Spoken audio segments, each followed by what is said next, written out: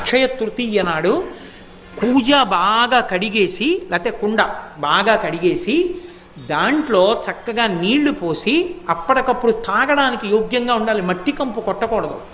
నీళ్లు పోసి అవకాశం ఉంటే అందులో చక్కగా కాస్త యాలకగుండ లాంటిది కొద్దిగా కర్పూరం కలిపి ఆ ఉదక భాండం అంటారు, ఆ నీటి పాత్రని తీసుకొచ్చి ఆ కూజానో కుండనో బ్రాహ్మణుడికి దక్షిణతో కలిపి దానం చేస్తారు.